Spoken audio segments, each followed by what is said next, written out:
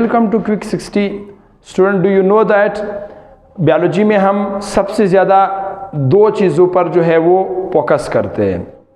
पहली चीज़ तो हमारे पास ये है कि हम बायोलॉजी में सेल के बारे में पढ़ते हैं और उस सेल का जो किरदार है किसी भी ऑर्गेनिजम्स की बॉडी के अंदर, उसके बारे में हम स्टडी करते हैं।